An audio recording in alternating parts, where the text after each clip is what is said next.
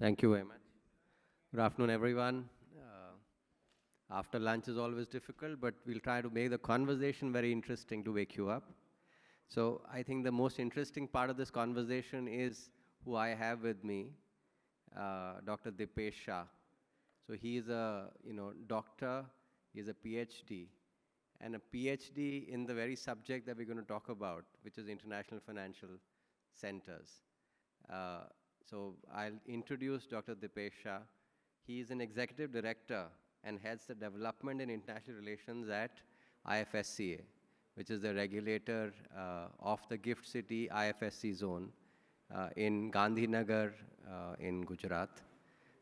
Dr. Shah has more than 23 years of experience, out of which he's been associated with the Gift City since 2008, which is incredible, of course, part of the government of India.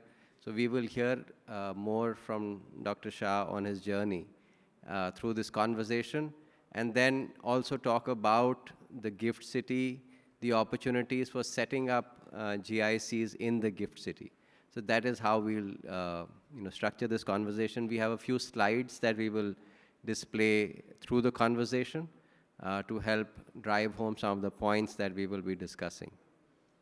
So with that, I'll get started. My name is Amit Rana. I'm a partner with PwC, but I think I'm just means in this conversation. We're really trying to get the best out of Dr. Shah. Ask questions at the end of the session. We'd love to respond to that. So Dr. Shah, we'll start with just hearing about your personal journey. How did you end up being associated with the Gift City and then the IFSCA, and for this long? So we'd love to hear about your journey. Thank you very much. At the outset, I must compliment the organizers. When I stepped into this hotel itself, you could see the vibrancy of the India Digital Summit. I think I wrongly landed into Andaz. There also the whole crowd is India Digital Summit. I was told to go on the other side. Here also I found everyone attending the conference. So compliments to organizing at such a large scale. In terms of my getting into GIFT and what the India's first smart city and the International Financial Center has to offer to all of you, I think we all are aware that India has always had a missing piece when it comes to the international financial services. Entrepreneurs like all of you who develop new ideas, wants to serve India, and if that is supposed to be in dollar terms, everybody was forced to actually go out. So we had to actually create structures in Singapore, Dubai, Mauritius, London to actually do India business. And why we had to do that, I think the problem statements were very simple. It was that the foreign exchange law and the tax laws in India were not supporting the international financial services the way the other centers outside India used to support. So it was for an entrepreneur very natural transition that I'm developing an India strategy, but I'm better off to be outside India to do India strategy. Now, this was a problem statement as far as the GIFT was concerned, and the Honorable Prime Minister, at that time being the Chief Minister of the state, during his visit to Singapore, this idea popped up in his mind that he met many of the professionals in the financial services. In fact, around 15 professionals he would have met. 12 to 13 were from India into financial services in Singapore. And out of 12 to 13, probably 8 to 9 were Gujaratis in financial services in Singapore. So his natural question to them was, what are you doing in Singapore? And they said, sir, we do India business sitting in Singapore. Obviously, being a person who's curious to know why you have to be in Singapore, their answer was, as I said, the answer was FEMA and tax laws were actually exporting people and businesses outside. And so when he came back, the idea was tossed up to the government that can we create something which is better than Singapore in terms of creating an ecosystem, creating a financial center which is in line with what is happening outside, with this very simple objective that we should stop exporting business and jobs outside India. And that was the objective with which 2007-8 this project got conceived.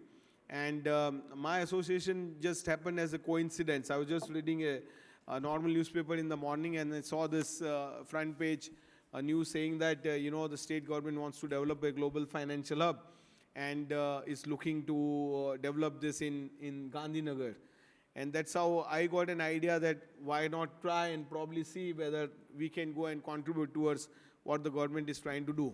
So I'm not from services, I'm a professional by background, and just simply happened to, just like what today's youngsters do, they will send an email to the prospective companies. I send an email to the government, and luckily I ended up being offered as a job there, and that's my 17 years journey continues in GIFT now. And that's why I always tell to the young people that always make that first mover a step, which ends up probably into a career that you may or may not have visualized, but it then happens to becomes a part of your life. And my journey has then been quite encouraging, because I think I've seen the journey of from probably a wasteland to probably now a city development and a smart city, and then to a financial center. So it's a mix of experience which is happening in GIFT.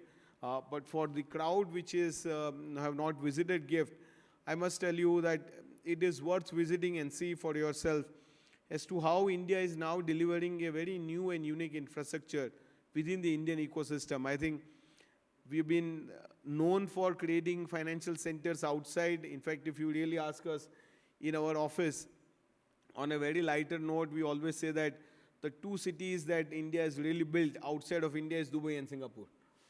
That is actually built on India business. And if you come to GIFT City, you will start experiencing that, if the brains in India start putting their efforts, it is not difficult to create our own financial center and city, and probably create much larger number of jobs in the ecosystem.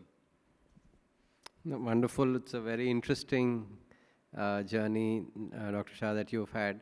So you did say GIFT is a smart city. It's, for the audience, it is a tri-city between Gandhinagar and Ahmedabad. So talk a little bit about GIFT City, sir. So what all is happening in the city? What all businesses? What are the, the framework of the law overall for GIFT City? And then we'll come to, GIC separately. As I said, GIFT City is India's first attempt of creating a smart city. And it is located between the two, as rightly said, the Tri-City. The Ahmedabad is the business capital of Gujarat, and Gandhinagar is the capital of the state. So it is right in between these two, and between them is almost 9.5 million is the population between Ahmedabad and Gandhinagar, and GIFT is right coming in between them. And from airport, it is just 15-20 minutes. So by the time people come from airport into GIFT City, many times we, in the morning flights, it's a challenge for us. When you are coming from Ahmedabad to GIFT City, I am late, but somebody from airport who reaches GIFT City will reach early than us. So I always try and avoid people giving time at 9:30. It's better to come at 10:30. By that time, everybody's in the office.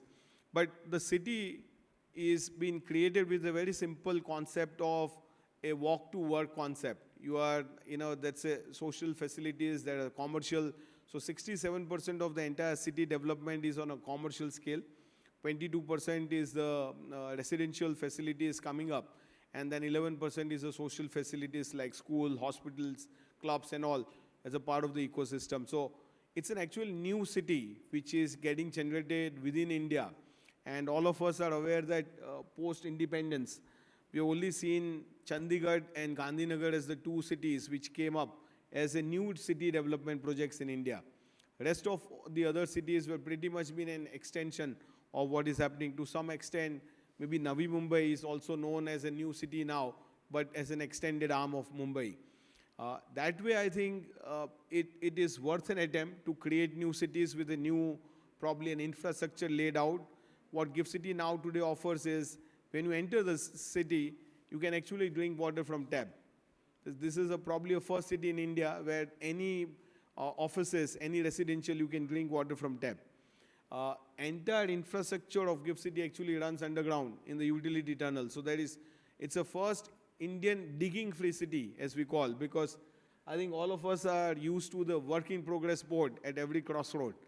Somebody's digging the road, somebody's repairing, and that has become a part of our life, this work in progress board. So in city of GIFT, there's no work in progress board because every utility runs underground. And the utility tunnels are like 7 meter by 7 meter in size. So when a maintenance vehicle can go inside and repair. So the citizen don't face any problem when the city is under maintenance. Third, I think the city runs probably on the India's first district cooling concept. At the city level, none of the building has any split AC or window air conditioning. Everything runs on a district cooling system. So a very innovative way, and also an automated waste management system. So no garbage van which comes into the city for disposal of the garbage. It's all infrastructure, very unique. And that's why I would suggest people sitting in this room, if you are not visited, it's worth visiting and seeing for yourself that in India also, we can create this type of infrastructure, which is also not available even in developed parts of the world. So you will not see utility tunnel even in developed worlds, which you will see operating within India itself. From a concept, the city has a very specific agenda, which is finance and technology. In fact, I always give the story that the gift probably would be the only city in the world where the short form came first. We were told that I will call this as a gift. Now you please develop the full form. And we could develop Gujarat International Finance, and the T was actually missing in the whole. So we again went back to the chief minister at that time, and he said, in future, finance will not be able to operate without technology. So what we call as a fintech today, and probably all of you are attending fintech conference, this was tossed up in 2008 as a fintech city of India. And this concept has given us a very distinct identity of focused on financial and technology, rather than no manufacturing, no polluting industry can operate in that city, and gives you a flavor of a very focused approach towards making this as a finance and technology hub. Thank you, sir. Wonderful and very interesting that such concept was conceptualized so long back, and we are really seeing the result of that now with the interest that we are seeing from corporates and various stakeholders in the GIFT City. So now within GIFT, sir, let's talk a little bit about IFSC. So why don't you just explain the whole IFSC journey and about the regulator, the IFSCA, and what is the construct of the regulator relative to any other regulator in the country? Sure. So whenever you talk of GIFT, I think three terminology will always come up in your mind. One is the GIFT itself, which is, as I said, is the Gujarat International Finance Tech City, which is the city development. Then there is a IFFC, which is the International Financial Services Center, which is today the India's only international financial services center, where from an RBI, this zone is actually outside India. So when an entity is set up in an IFFC, it is actually operating outside India, and the Indian domestic FEMA law will not apply to you.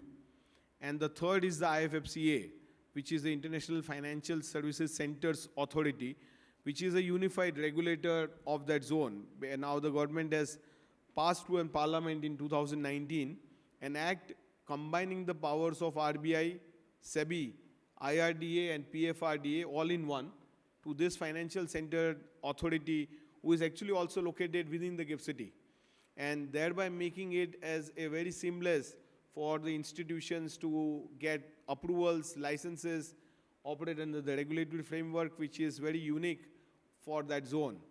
And from that perspective, GIFT has this distinct advantage of having a part of the city as a domestic and part of the city as the international financial center. And the International Financial Center is sitting within an SEZ, the Special Economic Zone. And probably the first multi-service SEZ in India, where the financial services is the focus for this particular zone. So, sir did not speak about the regulator being different, but I can say from the experience as PwC, we've dealt a lot with the regulator, and sir is a part of the regulator. It's a completely different experience from even the word regulator. All of us, I'm sure we've dealt with government authorities around the country and even internationally. It's an unbelievable experience when you deal with the IFSCA. Very business friendly. They're really keen to help, support, actually grow business in the zone. So even if you have nothing and you have the opportunity to visit the gift city, you should get a chance to. So sir is going to be around, I guess you can interact with him as well. But it's just a great experience. And really how a regulator should be regulating as well as encouraging business and not merely trying to stop business from happening. So within now, let's come to the main topic, which is GICs or capability centers. So what is the framework within GIFT for capability centers to be set up? And can they address the Indian market, or is it only the overseas market? So a little bit about GICs. So I would say when you are talking of the International Financial Services Center, you have to visualize this from the financial services, whereas the normal financial services like banking, insurance, capital market, asset management, wealth management, they're all part of the normal financial services which one can immediately relate to. But in GIFT, we are not limiting ourselves to the pure BFSI, as we know. What we've done is we have gone beyond the BFSI to ensure that there are complementary activities also part of the ecosystem. And then there is a larger scale of activities and job which is generated here. So for example, we have created licenses for finance company, which is in India like an NBFC. And we also have licensed people doing aircraft leasing, ship leasing. Even fintech companies can be licensed in GIFT. And on the similar scale, we have also issued the framework for global in-house centers. The word in-house comes from the GCC because they are all capability centers and they serve their own parent or the group companies. So what we did was we noticed the examples of Philippines and others which have created large number of jobs outside, and many of the foreign institutions are actually hiring talent from India into Philippines to serve the global markets. And we thought that we can also create a global in-house center regulations or a framework which allows the foreign companies to set up their GCC or a GIC in GIFT and hire the Indian talent and serve the global market. So the GCC regulations are very light touch. I would not say it is regulated like a bank. It is a very light touch framework which allows the GIC or GCC to come in and serve their group companies outside. So basically you are exporting services and you qualify in a GIC when you are regulated as a financial services by any of the regulated outside India. So for example, Bank of America operates a GIC or a GCC in GIFT. And why they have set up? Because they are regulated as a bank outside and they can have their subsidiary or a branch in GIFT, which can then undertake the GCC operations for the group.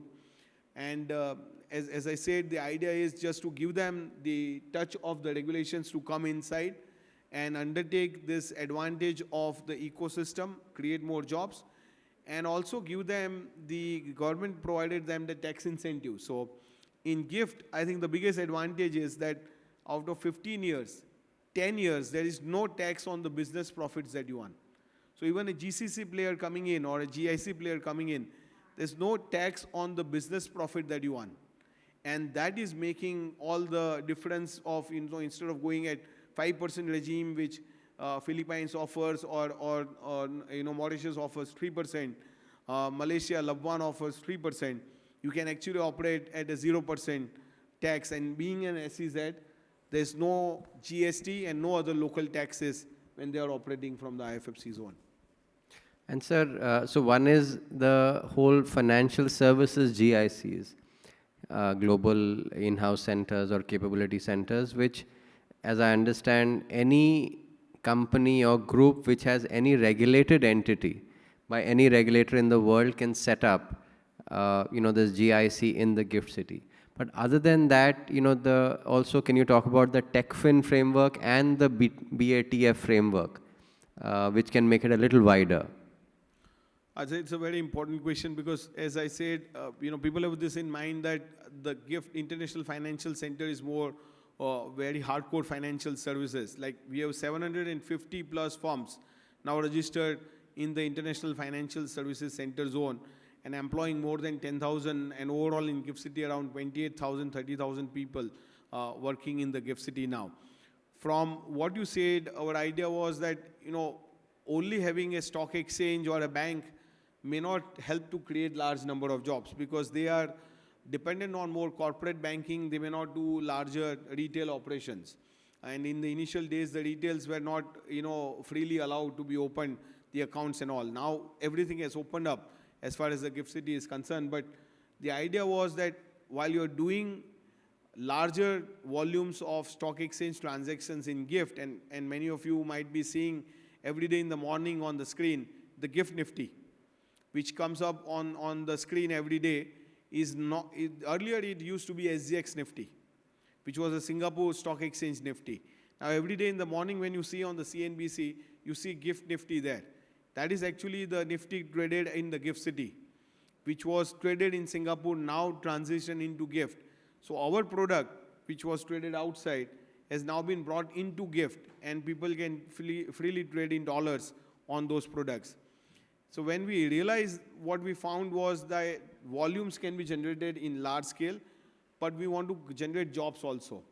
And that's where we identified GIC TechFin, as you said, as another area that if there is an IT firm which is actually delivering to the BFSI, he can also set up a TechFin center in GIFT. And today, the examples are like we approved Wipro, Infosys, Cognizant has just applied to us and they are on the final stage of license. And similarly, many more foreign tech firms are now setting up their TechFin arm in GIFT to serve the global markets. And so BATF as well, because that also can widen the scope. Yes, I think BATF is very unique because the full form of BATF is the bookkeeping, accounting, taxation and financial crime compliance services. So this has also been notified as a financial services in the zone, and thereby if a foreign institution or an Indian institution wants to serve to a foreign entities for the bookkeeping, accounting, taxation and financial crime outsourcing, you can actually set up in GIFT as a financial services arm. And this is also creating more jobs because I think the Honorable Prime Minister has been on record of saying that, India has become the pharmacy of the world after the COVID. But actually we have now an opportunity to become accountants of the world. And that's where we thought that, bringing this within the GIFT City ecosystem can now help us to create large accounting jobs within Indian ecosystem, because in US alone, 300,000 accountants are, in the requirements. They don't have accountants. Same is with UK, and same for many other centers outside. So actually India can really become an accountants of the world in real sense by providing these services to the global institutions. And I just want to add also, on the incentives, so sir briefly touched upon the various incentives, fiscal incentives. So there is a tax holiday that is available. There is GST benefits.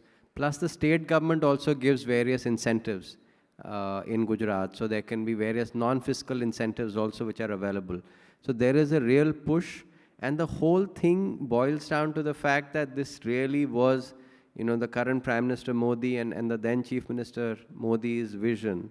And, with with Modi at the center now, there is a huge impetus that is continuously being given. Every budget we see new incentives, clarifications being issued. Anything which is holding back businesses from operating in GIFT is actually being addressed by the government. And, if any of you have any ideas, thoughts, anything you want to do in the GIFT, you really should reach out, even an email to the regulator. They're very responsive. So that's just the way the ecosystem is being built. So with that, sir, let's come to some of the challenges that are there. So if someone wants to really set up a capability center, it's a new city, not too many people still there.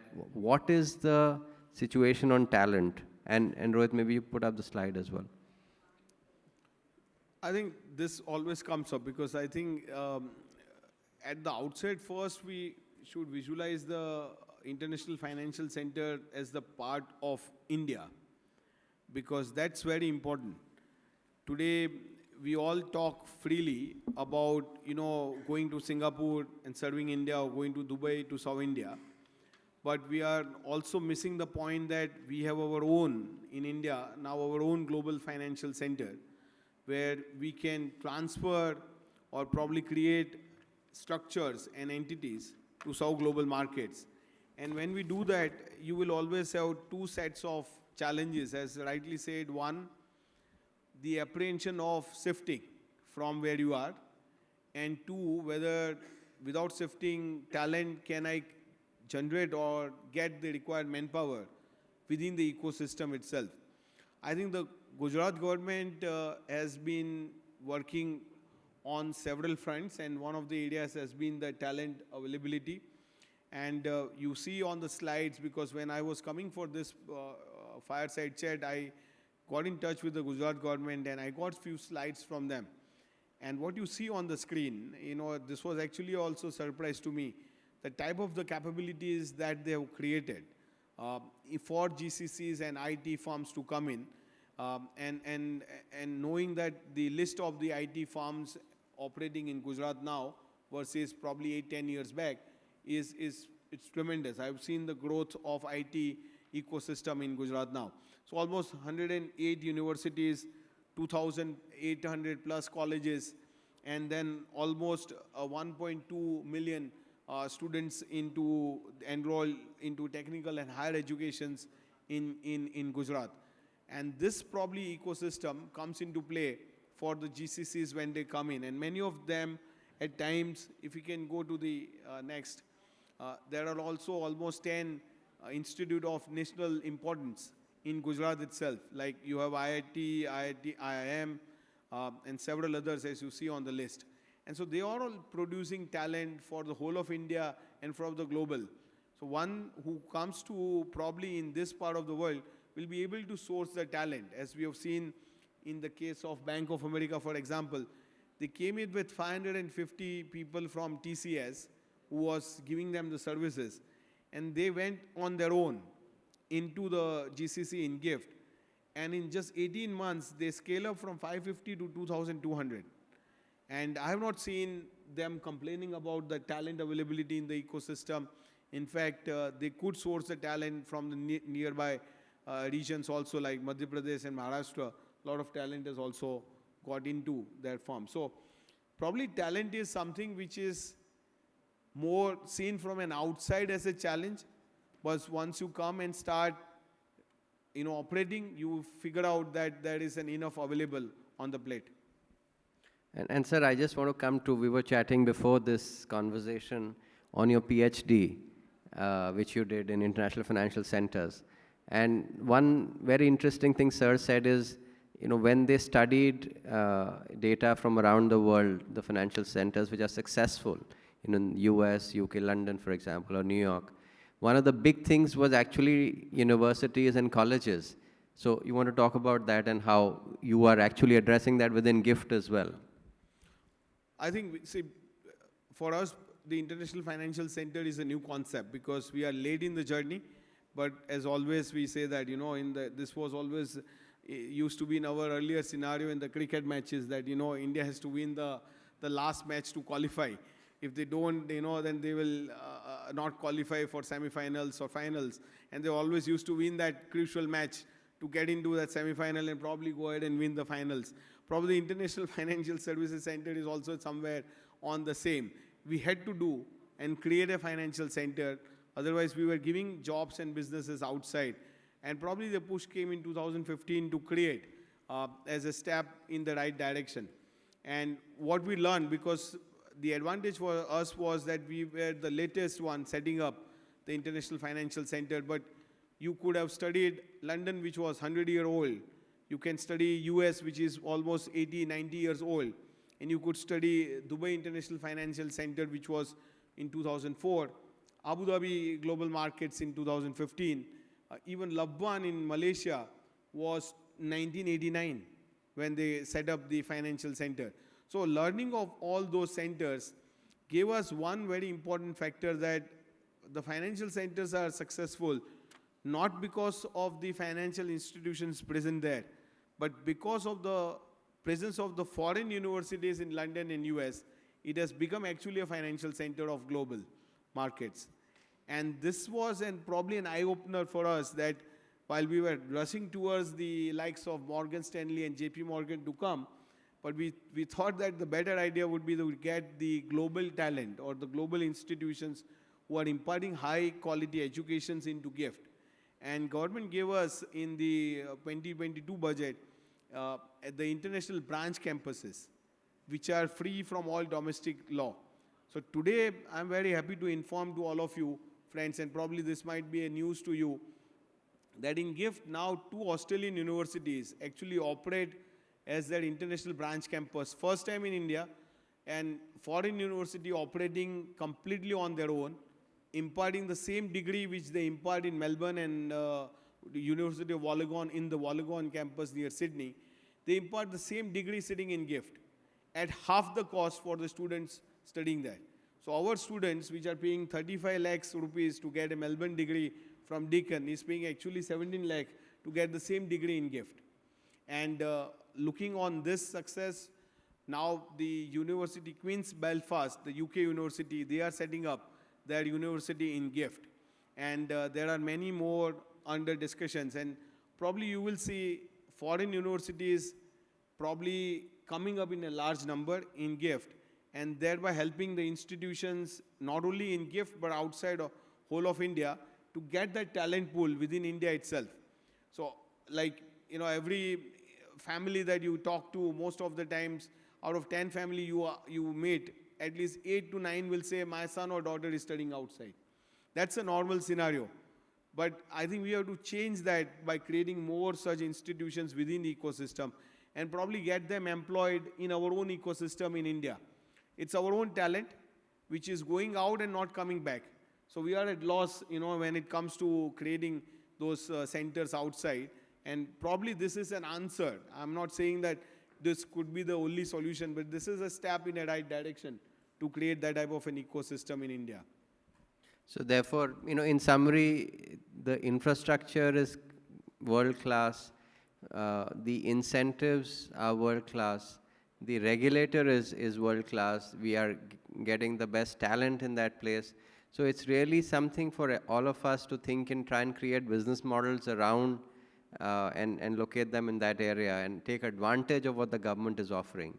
So we'll just take maybe last 2-3 minutes, and maybe so you want to talk about the Bank of America case study just for the audiences, something very successful that has happened. Or maybe we can ask if the audience have any questions. That we'll do. Maybe just take 2-3 minutes. Okay, so I think Bank of America did mention briefly about their experience. Yes. So they came to us, as I said, for primarily 2 reasons. One is that they were looking at a new center. So it's not that you are already present in Bangalore, Gurgaon, and you have to shift people into GIFT. And we also don't allow relocation. So there's no point in shifting jobs from, say, Chennai into GIFT. That's not the objective. The objective is if we are creating a new center, GIFT becomes one more location in your strategy. And for them, GIFT got more attractive because of 2 reasons. One, they were looking at a very sustainable type of a development. So the GIFT entire city is on a sustainable development. In fact, one of the prime example at the city level, the platinum rating of all the buildings has been taken. So you are actually coming in a city which is very green, sustainable, and they were looking at a location which is environment friendly. And that GIFT came as a first point of reference to them. Second point of reference to them was they were finding it extremely difficult to retain talent in some of the existing locations because the turnaround was very high, and they wanted a location which helps them to probably create a space where the talent is more stable. And in their study, they found Gujarat or GIFT City could be an answer to that. And third was that probably a part of an SEZ, thereby no domestic taxes applies to you, and you don't have to unnecessarily worry about refunds and all those taxes to be, filing of documents and all. So they found this could be a good innovation. And as I said, they started with 550 people from TCS, moved on their own, and now they're almost 2,200, scaling up to 2,600. And they are on record saying that if in future they will expand, they will not look outside India. They will probably look at gift to expand. And that is what is more encouraging to see such type of use cases coming from gift. Wonderful. So with that, I think our time's up. Any questions from the audience we are happy to address? Well, yes, ladies and gentlemen, let's open the floor for questions. Sir, first up. Yeah. So this is Anish Arora. I wanted to know what is the guidance for startups who are focusing on serving enterprises abroad, like US enterprises, like SaaS companies, to kind of set up in Gift City? I think it's good that you asked that, and this was probably missed out from both of us, and you brought the right. Yeah, it was more GCC focused, so we did not cover the fintech. But I think on the fintech side, the very unique positioning of Gift is that the startup can experiment in terms of 4 regulators in one. So as a startup, when you come into Gift, you can experiment your product from banking, insurance, capital market, pension, all under one umbrella, which is a very rare phenomena. You will never be able to experiment your product from 4 regulators into one. And so we have our own sandbox, we have an innovation box which is available, and then we have something called direct authorization. So for example, you are already a revenue generating fintech. You can directly come into Gift and start doing the commercial activity on day one. You need not go for the sandbox or the innovation box. You can directly start doing the business activities. So what we have done is in the fintech, where we have currently have around 44 fintech firms onboarded in Gift from 70 countries that they have come into Gift, also from India and also from various parts of the world, including Australia, Singapore, and other places. People have come into Gift to experiment. The advantage for them is that we also have an MOU with the other regulators outside. Again, as a financial regulator, I have signed IFSCA, I have signed other MOUs with Singapore regulator, with UAE regulators. I've signed with Luxembourg, Sweden. So what happens is when you come in my sandbox, for example, I have signed with the Monetary Authority of Singapore. That's a fintech bridge. Once I onboard you, you can be actually also onboarded parallelly into the Singapore sandbox. And it's a vice versa. Somebody coming into their sandbox can also come in my sandbox directly.